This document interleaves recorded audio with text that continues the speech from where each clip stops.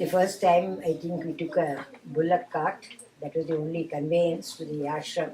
And when we came, I think Bhagavan was standing at the tree there, the Ilipam tree, Ilipamaram there, and we all fell at his feet. And that is my only recollection of the first trip. When Bhagavan was in the old hall, you see, even now there is a window where the couch is placed. If you have been there, you have noticed there, next to the couch, there is a window. The window used to be open in those days. Now, I think it is kept closed. And of course, that was the only place where you could sit. We were on the floor, and the squirrels, they were not pet squirrels or anything.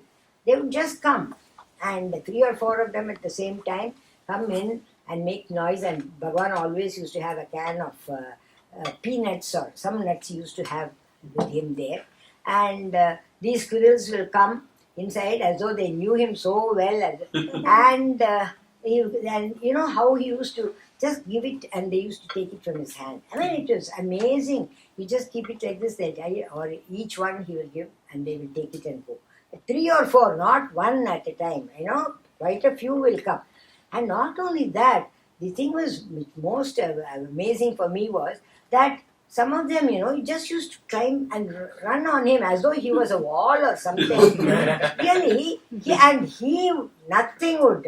He would show no sign of being affected by the running of the squirrels on top of his body. They used to, I had seen it in my own eyes. One will be coming up and going down like this, and the other, of course, he is reclining, so it is all on the front of his chest. One will be on his right arm, the other on the left, and they come down on his chest. This was something which it makes you squirm. At least it makes me squirm. Think that those animals were running on his chest. And once I remember, you see, there were so many of them, and he was feeding them. Then the nuts were over. So they were looking like this. The squirrels came, looked up like this, and then he said, "Ennada pandada, aachida, aayuthda."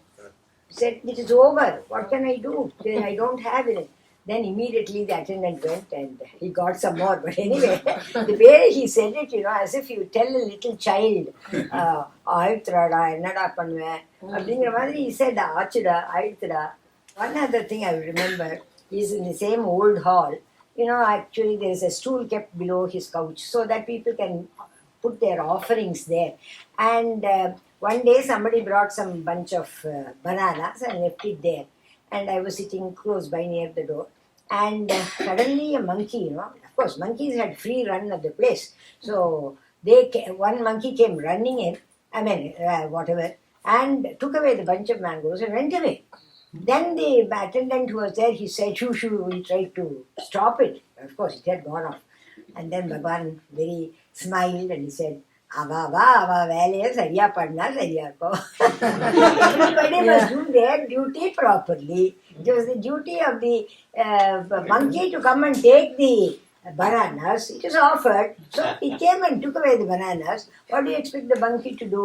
The attendant should have been probably a little more vigilant and seen that he did not take it away. It was really such an amusing, I couldn't help smiling. And one more thing which I think, I don't know, many people might have experienced it, but I would like to mention, is that my father always used to ask us to wait outside near the well when Bhagavan came out of his bath. See, in the early morning when Bhagavan has his bath and comes out, you must have seen his body to understand what I am saying. See, the first time I saw it, I was surprised. I could not believe my eyes because his body seemed to emanate a glow, like the glittering of gold. Actually, you could see the sort of rays, nobody would probably believe it, but I've seen it in my own eyes, and that is why I'm saying one has to see the radiance all around to believe it. It was really awe-inspiring. That's why I think my father always insisted that we should come and stand there and watch. And he came out of that bath. I don't know if you know the topography, you know that when the bathroom was there and he comes out of the well and he comes and the early morning light falls on him. That you think, looking at a person who is almost naked, in the sense that he had only a loin cloth, I mean, anybody would not feel very happy about it. But in his presence, it was something which is entirely different. I mean, it was an experience which one should undergo to understand it. And one other thing I'd like to mention is, of course, it's been mentioned, but that Bhagavan remembered his devotees very well.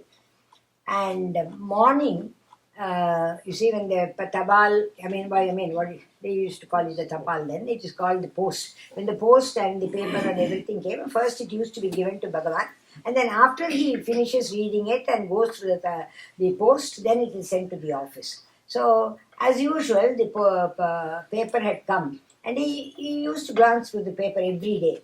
So, one day when he went through the paper, he found some postings. I don't know how he went through, why it interested him or what. But anyway, he went through the postings and he found my father's name there. So, in Tamil he said, Namba Saminathan posting vandirukku. See, number means, our Swaminathan. So, after a few days, I found two well-known devotees, Dr. Srinivas Rao, whom I also know. His granddaughter was my classmate. And some other person whom I don't remember. They came home and then they told my father, Bhagavan mentioned your name particularly and said, Namba Swaminathan posting vandirukku, because, naturally it brought a lot of happiness to my father. So they came to tell him that. Not only that, he observes his devotees very carefully, because on another occasion, when my father was not there, somebody remarked, Swaminathan Varala, he has not come today. Bhagavan seems remarked, எப்பவுமே அவர் கும்பல் இருந்தா வரமாட்டாரு. He won't come when there is a crowd. So he had noticed it, you say. So everybody was really surprised. I think this is an experience which I don't think anybody here would have had, because it was in 1949 when Bhagavan had been operated for the tumor, and the doctors had come from Madras for the dressing, and it so happened that even I knew him and my father knew the doctor, and I was a medical student at that time. So my father requested him whether I could be allowed inside the hall when the dressing was being changed. So they allowed me inside the hall, and the doctors were there, and they were starting to remove the bandage, and I really, even thinking about it, it makes me upset, because the wound was so huge, extending right from the shoulder to the elbow. It was a raw wound. It was angry, red, and the gauze was sticking on to the wound like anything. It was all blood-stained. It was a fibrosarcoma. It was a vascular tumor, as you know. And even the doctors who were removing, were looking at Bhagavan's face to see whether they were causing him too much pain, because with that adhesions and the gauze had to be removed very carefully. It was a very, very painful experience for anybody. But the whole area was raw, red and frightening. While I was squirming in anticipation of the severe pain Bhagavan must be undergoing, his face and eyes were calm. There was no movement of any part of his body. He could have been in another world, totally blissfully unaware of what was happening to his arm. I think this is one instance where I can categorically state that no ordinary human being would have been so calm and indifferent when such an extensive raw area was being dressed.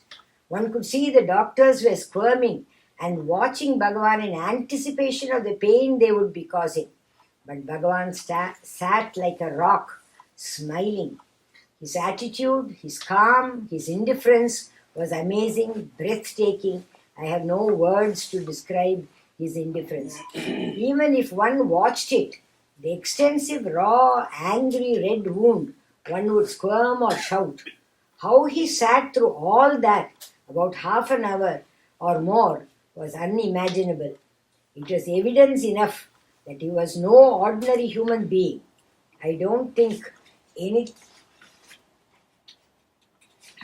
I don't think anything more was necessary to indicate his divinity.